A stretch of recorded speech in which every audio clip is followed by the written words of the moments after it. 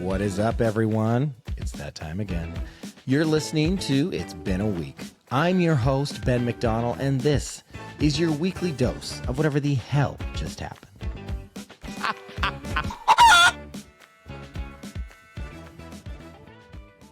Hello, everyone. Welcome back to It's Been a Week, and a week it has been. It's been a little bit of a whirlwind, obviously, with the announcement of the Traitors, which I'm so excited for. It's kind of been all-consuming. I feel bad for AJ. I feel like it's all that gets talked about right now, and I'm like, Traitors. He's probably like, he also had to deal with me the entire process and all of it, so I'm sure he's got to be getting sick of hearing about the Traitors. I had my first, going out in public and being recognized or asked about the show. So that was kind of fun. And it's just been crazy. So, I'm ready. I'm excited for the show to come out. I'm also trying to enjoy the moment. I'm trying to enjoy this ride because this ride won't last forever. So I'm trying to just take it all in. So if you didn't know, I'm on the next season of The Traitors, which comes out September 17th at 8 p.m. on NBC, streaming next day on Peacock. But besides that, you also might notice if you're watching this, that I have quite a bit of facial hair, more than usual. I've had some very interesting auditions this week where I have to be a young dad or be something very, let's just say, masculine. So I don't know how long this facial hair is going to last, but it's here for this week.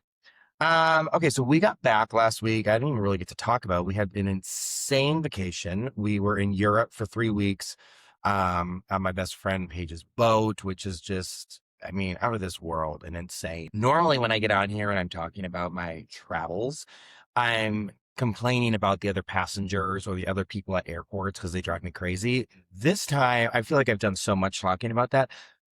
We're going to talk about the airline, because I have a bone to pick with American Airlines. So I hope this doesn't affect maybe any future brand deals or partnerships. So please don't hate me, American Airlines. But there are some things here I think you need to hear.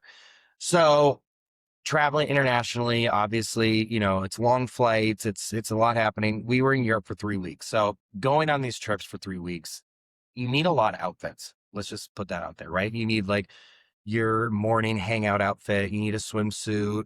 There's usually some kind of a party or an event. Then it's late night. We work out some mornings. There's a lot of outfits. And when you're there for that long, you need a lot of luggage. So AJ and I had 6 suitcases that went with us to Europe. So we get to the airport and it's time to check the luggage. And we're bringing it up there. And they get so crazy about the weight limit on the luggage. And I still don't know what it is. I was literally 2 pounds over, and the lady's like, ooh, and I'm like, here we go again. And I'm like, what is your last name, American Airlines? And do you really care?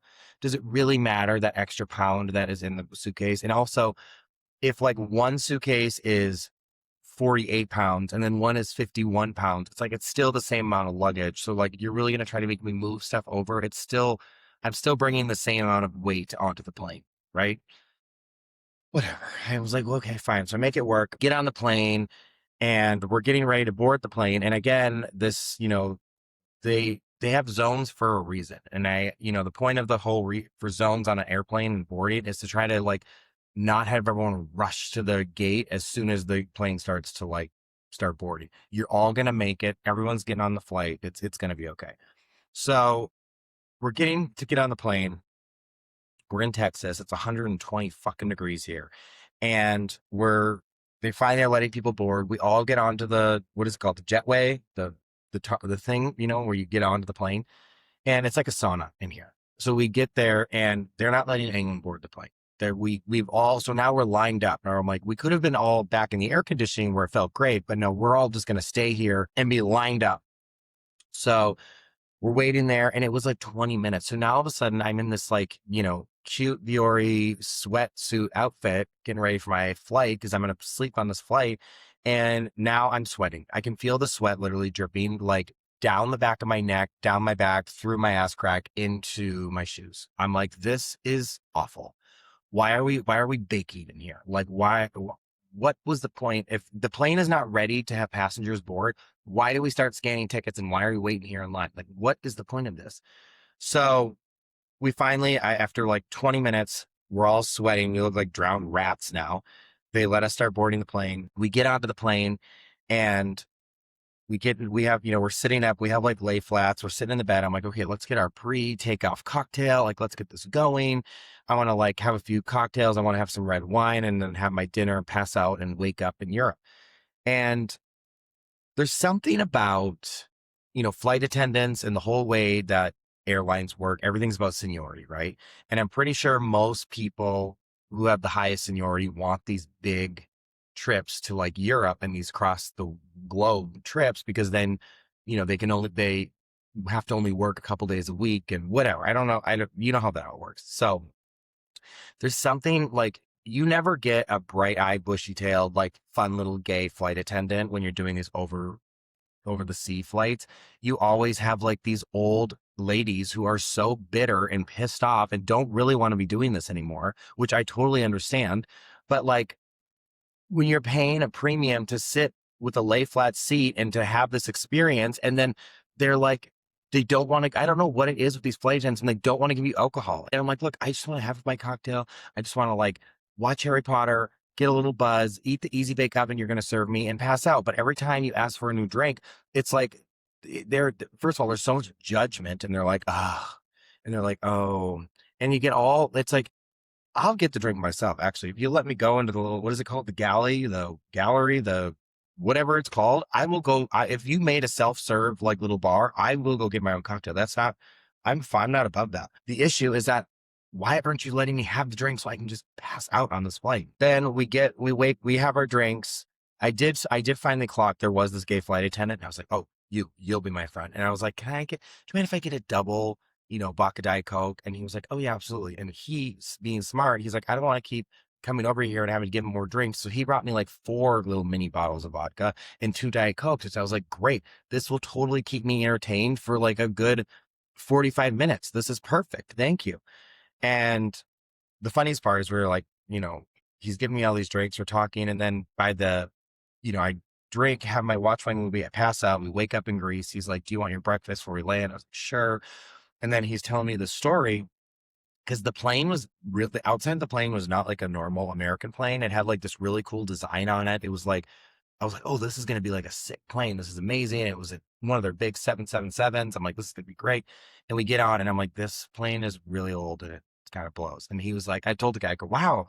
You go, you guys just started doing these direct flights from Dallas to Athens. I thought that would be like a nice new plane. He goes, yeah, it's actually going in next month to get fully retrofitted. It's going to be all new. I'm like, great. I'm glad I was able to take one of the final journeys on this old beast.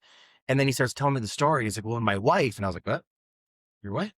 And he was telling me about his wife. And I was like, wow, I got to tell you, in my head, I'm thinking for the last 14 hours, I for sure thought you were gay. And that's why you were giving me all these cocktails. But that was not the case.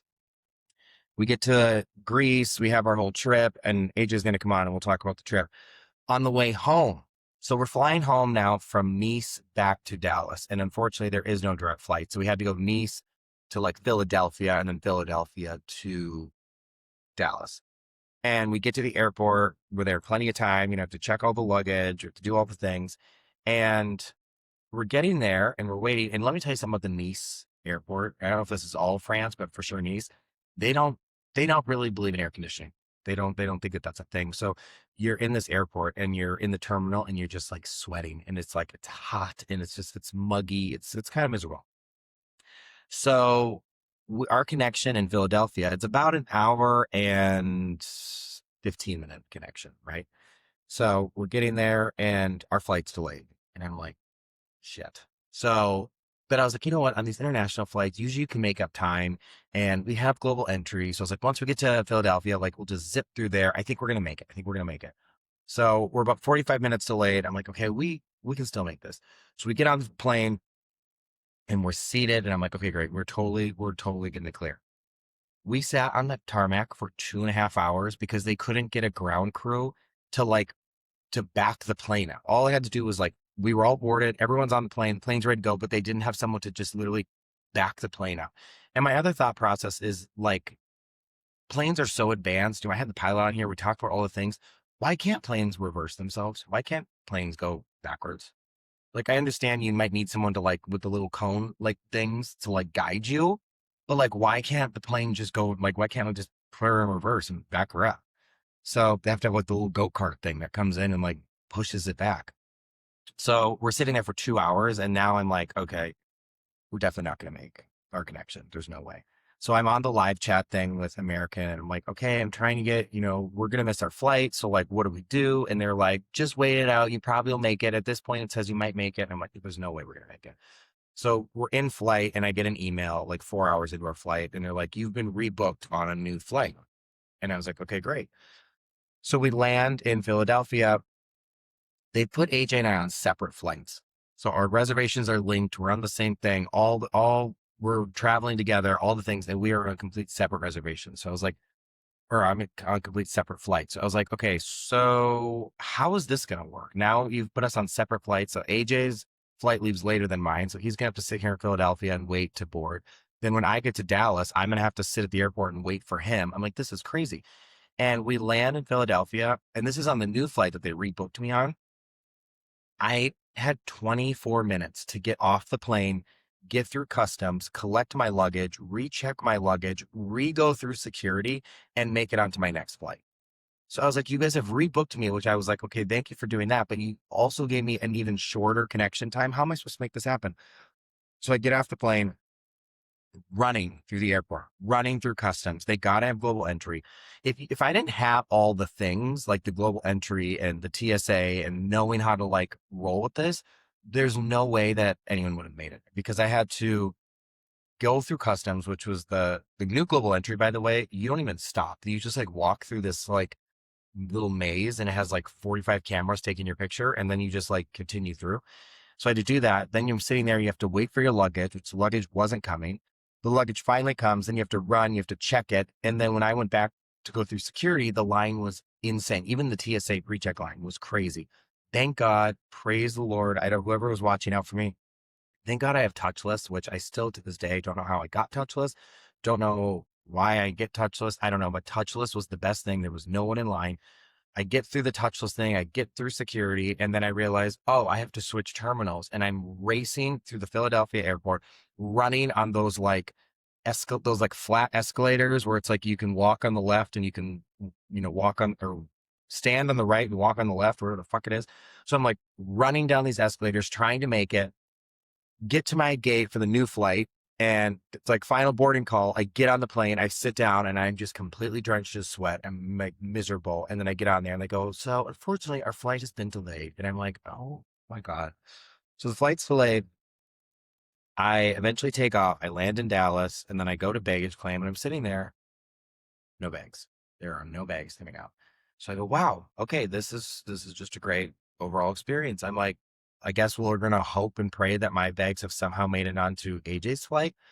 And come to find out, they did. So I don't know how I don't know how the baggage stuff works at airports. I don't know how this shit works. But then AJ finally lands. His plane is now here, but the gate it's supposed to come to is occupied. So he is sitting on the tarmac and can't come and get off the plane because there's no spot for him to park. So once they finally do that, then we get our luggage. We don't get home. I mean, this travel day has been like 19 hours. We finally get home, and I get a survey from American Airlines. I'm like, how was your trip? And I was like, you know what? I don't normally fill this shit out, but I was like, I'm going to give you a little insight on how this did go down. So I fill out the survey, and then I get an email from them, and they're like, oh my gosh, we are so sorry. Due to European law, something, we are going to, give each of you $300. Plus we're going to give AJ 3,500 miles because his was even more delayed. And I was like, okay. I mean, I didn't think we were going to get anything, but the fact, so now we're getting $600 plus some miles, like whatever. Great. I'll take it. Then they call me and they go, actually, there has been an error. Only AJ is getting the $300. You're not. I go, what? They go, yeah, you weren't delayed enough. You have to be delayed over 3 hours to get compensated. And you were delayed 2 hours and 56 minutes.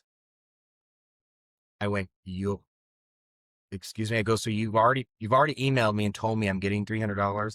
Now, because there was 4 minutes that I wasn't delayed, now I'm not going to get the $300. Mind you, I had to sit and wait at the airport for an extra hour, not only for AJ, but also because my luggage didn't show up, and now nothing.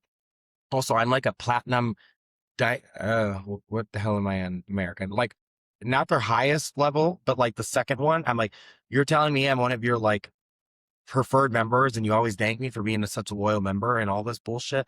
and now I get nothing. I just think these airlines, it's like they have such a chokehold on us because like when you're at the airport, you cannot throw a fit. It's not like you can really be that like upset with them because they're just gonna be like, we'll be on the no fly list. Like, what are you threatening? Are you this? Are you aggressive? Like, you're not, guess what? You're not flying.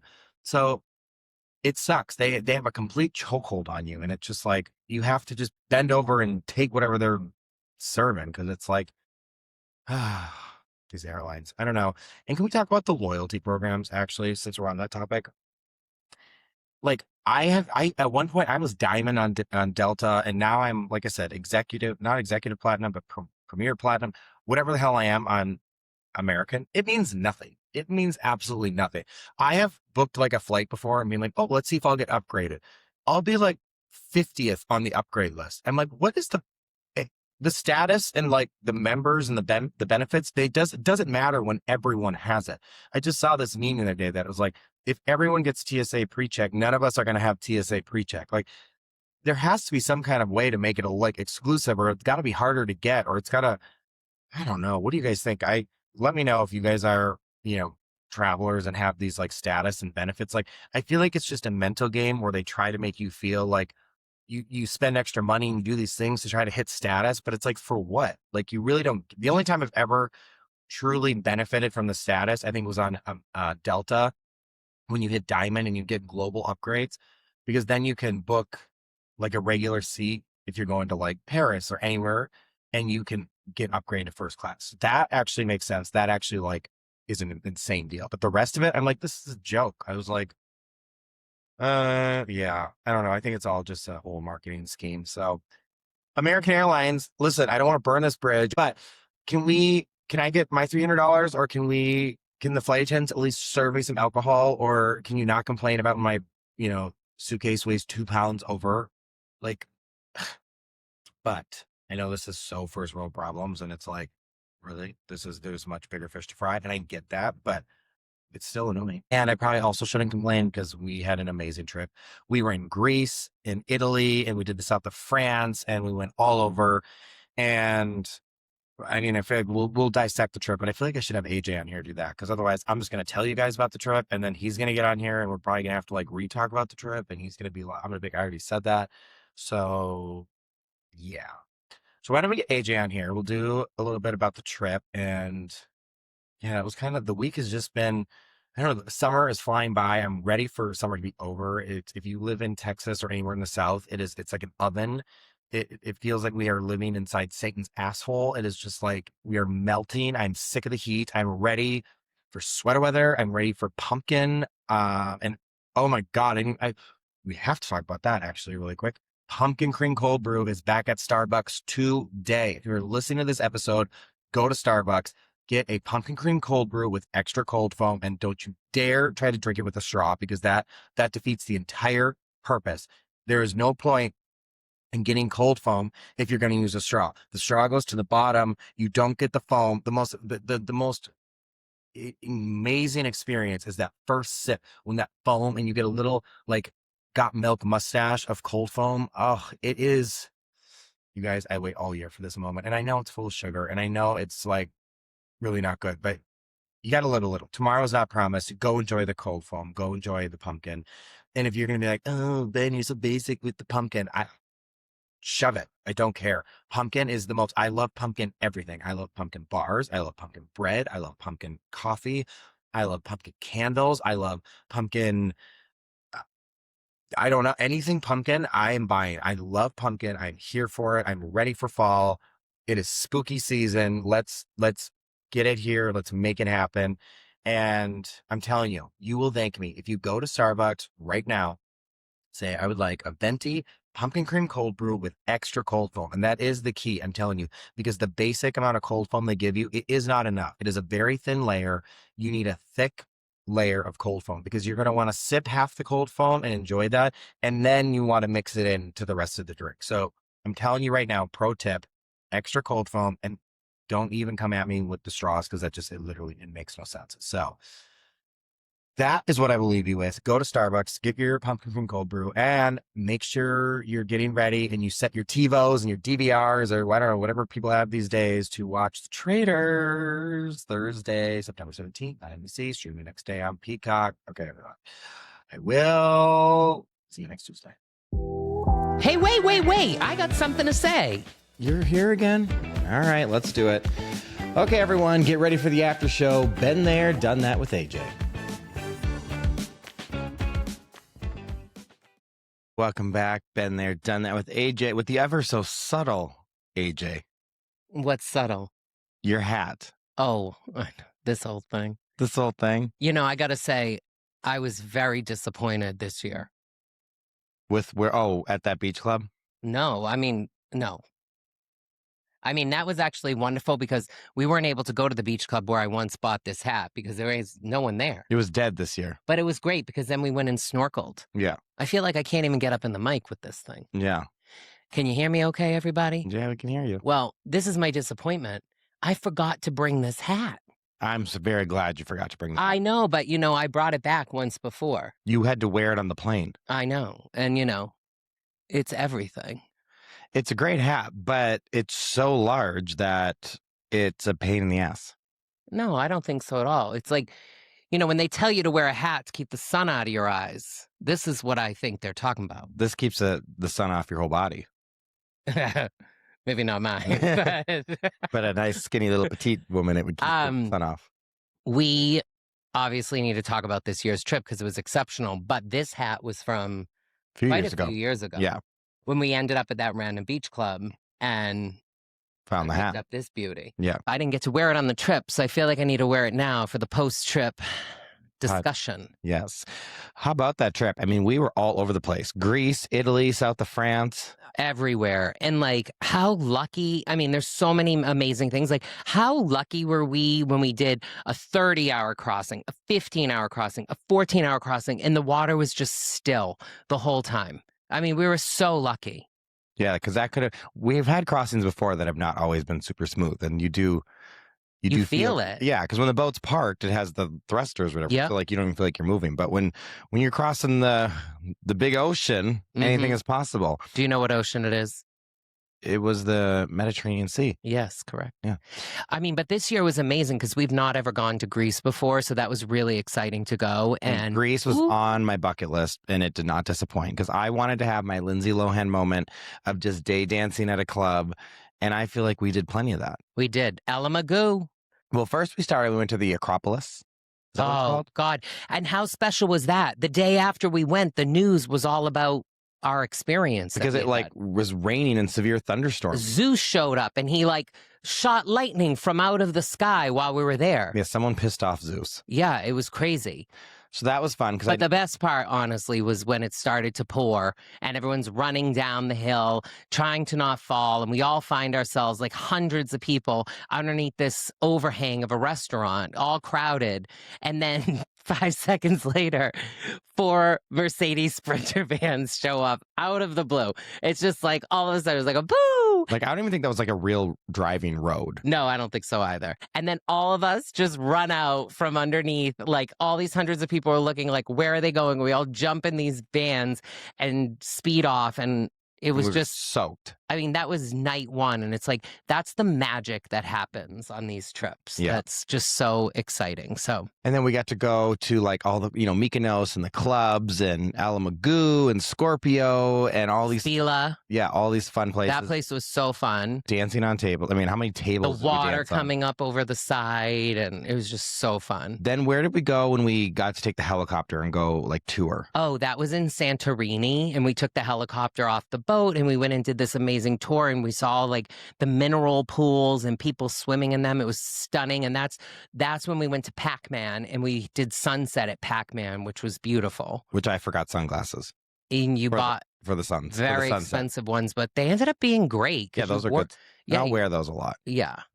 Then we ended up going to Sicily and we got to go to the hotel where the White Lotus season 2 was filmed. And they have those heads and we got some heads. And I just kept going, my voice is, I still don't have a voice.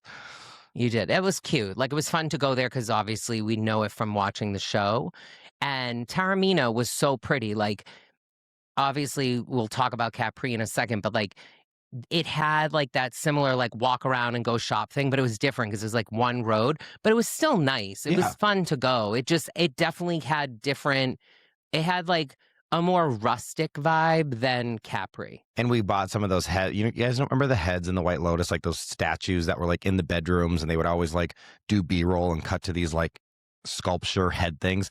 We ended up buying a couple of those, so we now have those in the house. I know, and they're like quite original and by some artist, and they have like a sea motif to them, which I love. But it'll be a good memory of Absolutely. Sicily. And I mean, obviously huge fans of the White Lotus. I actually went back and watched a couple episodes of season 2. While we were on the boat, right? No, when we got home. Oh. Just because I was like, I want to remember. And then when I watched it, I was like, oh my God, it really was everywhere we were, like every scene. I was like, oh, yep. It was crazy. They must have rented out that entire hotel. For filming? Yeah, because that hotel wasn't huge. No, not at all. So I think they had the whole, but it was so cool. It was so funny because we went into this one area, remember the bar, and there was like no people in there. And then we went in there, and then 10 minutes later, the whole place was like packed. Everyone wanted to know, like, you know, what crew we were and like what we were doing. And everyone just followed us in there. Then we ended up making it to Capri. And I made the mistake when we went to that one place for dinner. I got confused that sake is meant to be sipped, not shot. So I did about 12 shots of sake. And then I remember at one point I looked over a page and I'm like, why are you sipping it? And she's like, Ben, you're not supposed to shoot it. And I was like, uh-oh. So got really, really, really drunk. You sure did. What was it? Zuma? I think it's called Zuma. I mean, Capri is just, it's a magical little island. Whimsical.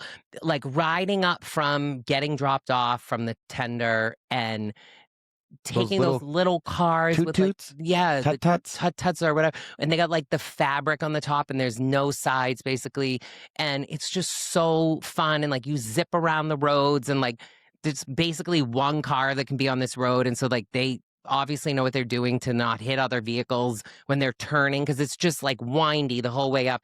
And then you get to the top and it's just like bustling streets of people eating and drinking and shopping, and it's drinking Aperol spritz. The views are incredible, and like, you know, every time we go to be able to just look out at the boats, because it's not even one boat this now, you know, there's 2 boats, like there's Chaos and then there's Calm that follows it, that holds the helicopter and all the other like equipment and everything that would be needed, a hospital, all kinds of stuff for Chaos.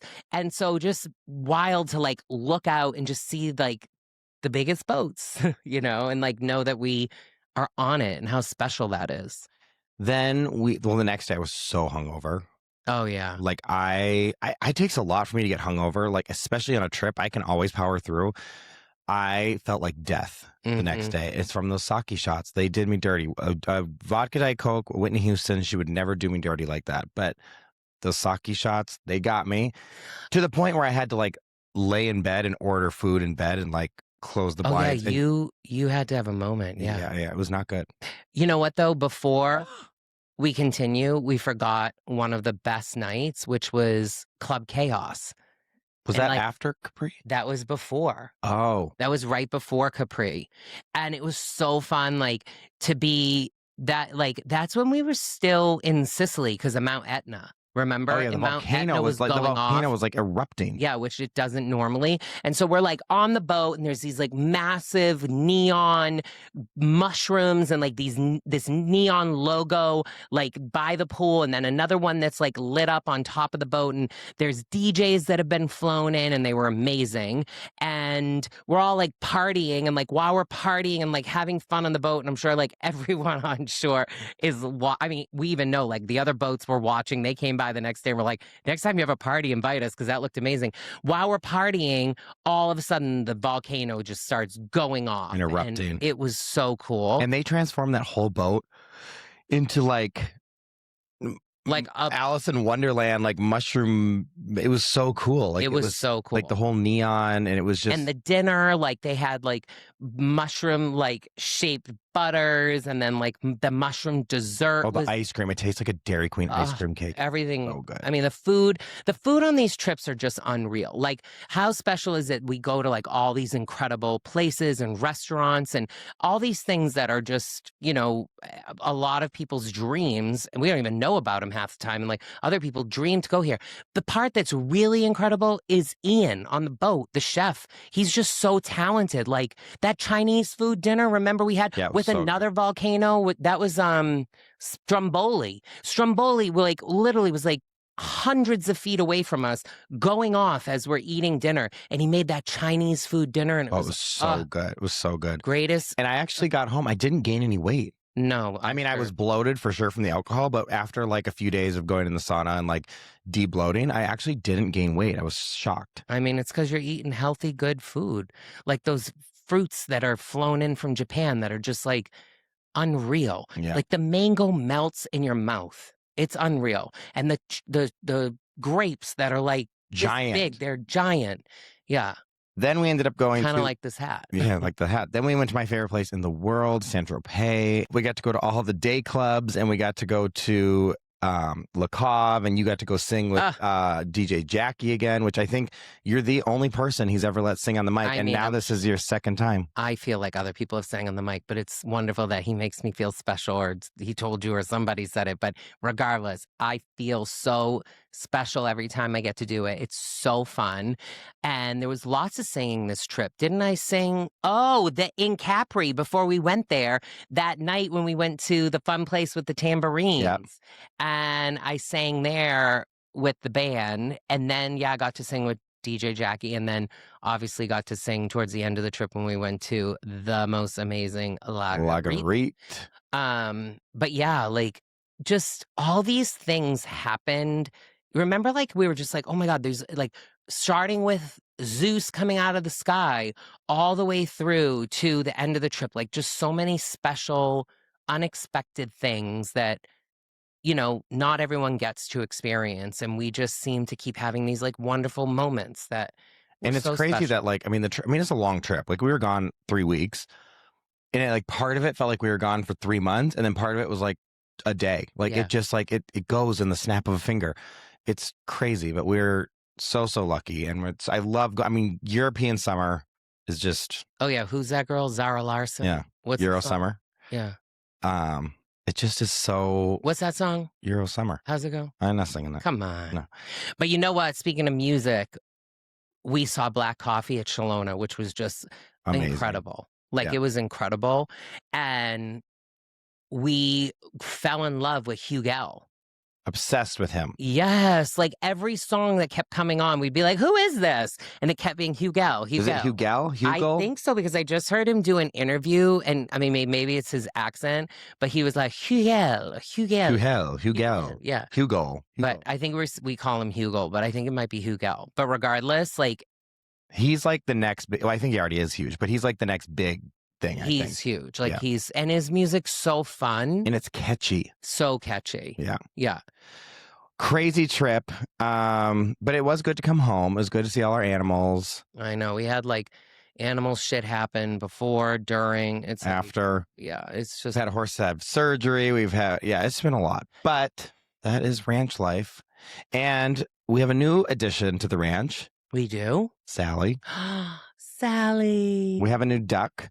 It's like we just couldn't get away from like shit that was I'm not someone that lingers or talks about problems, but like all these things occurred with the animals, sadly. And like, we had also some positive things with Louie, like ending up needing like this crazy surgery and stuff. But we get home and we're home, 5 days or something. And then our friends come and they bring us their duck. Because their other ducks there was a massacre, and the other ducks died, and this one duck survived, but the ducks they shouldn't be alone. And so Sally has come to join Harry, the other duck that we have. Mm-hmm. Harry met Sally. But now Sally is like obsessed with Harry and is like, love me. And Harry's like, Harry thinks he's a chicken. Yeah, Harry's like, get away from me. I am taken by my chicken. Although I do believe they're starting to find love.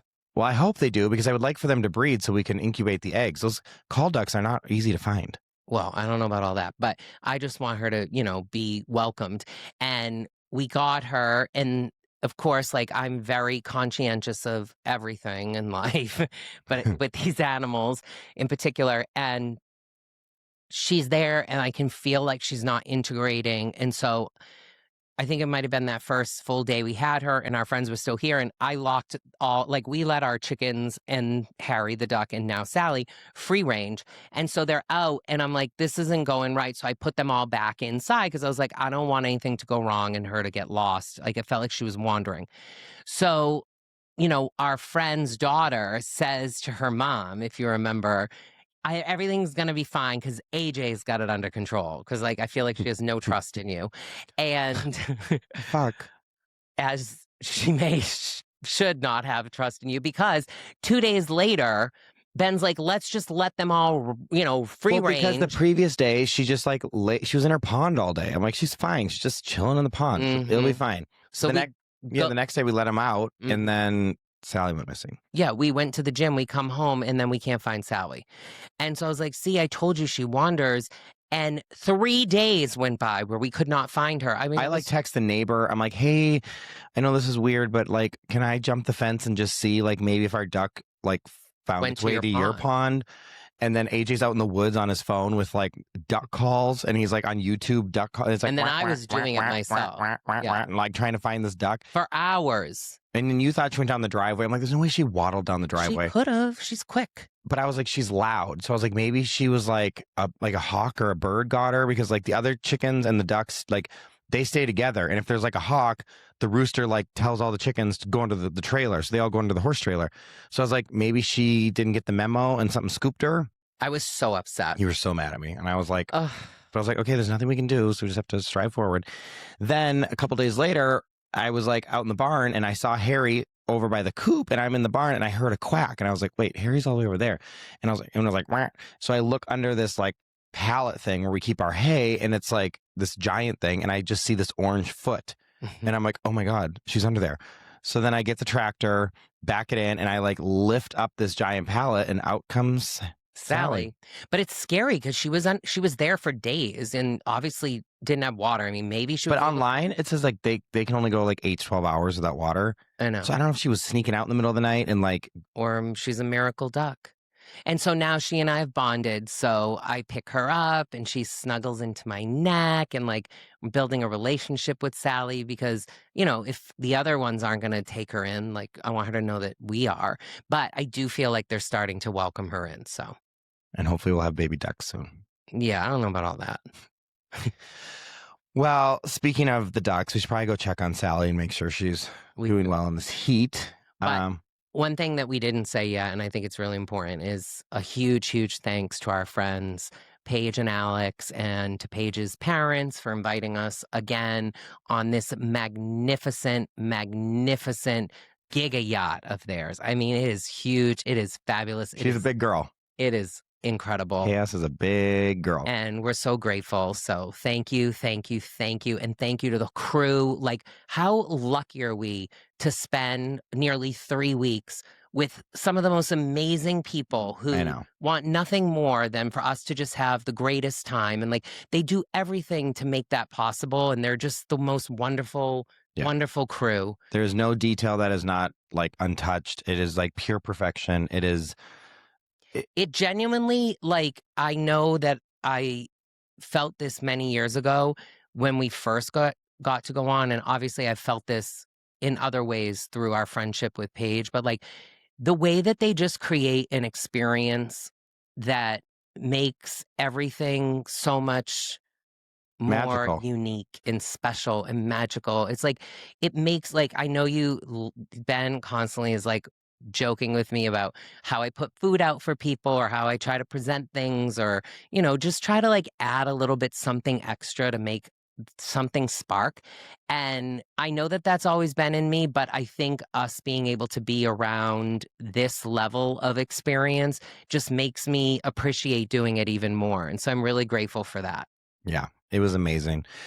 You guys are amazing. That we love them. It's every time. It continues to somehow, I don't know how, like level up and get better and more magical. And I don't know how they do that, but they do. Yeah, and just like, to be with all of our friends and like even new friends, It's like summer camp. It's like summer camp. It's like summer adult drunk fun camp. Totally. And like everyone's so great and we had so much fun with everyone. All right. Well, I think that's all we got for this week. So we got lots coming up. Lots happening. It's going to be an exciting, I'm ready for summer to be over, but it's going to be an exciting fall. I have something fun happening this weekend. Yes, you do. Would you like to share with the class? I mean, it has to do with something that I love to do, which is to sing. AJ will be singing the national anthem in North Carolina. North Carolina. At which game? I don't know, like a baseball game? Baseball game. Yeah. Something big. Yeah. So we'll talk about that next week after it happens and when we can like post the video of it. Oh, okay. I can't wait. Right? Yeah, that sounds fabulous. I'm really excited to do it, though. It's my favorite thing to do. I love to sing the national anthem. Yes. I feel like I'm going to turn it up this time. Oh, boy, because you don't normally. Maybe I'll wear this hat. I don't think about that. Well, it could be sunny. I want to keep the sun out of my eyes. Yeah, we'll keep workshopping that. All right, everyone. Have a great week. Have fun out there. And I will see you next Tuesday.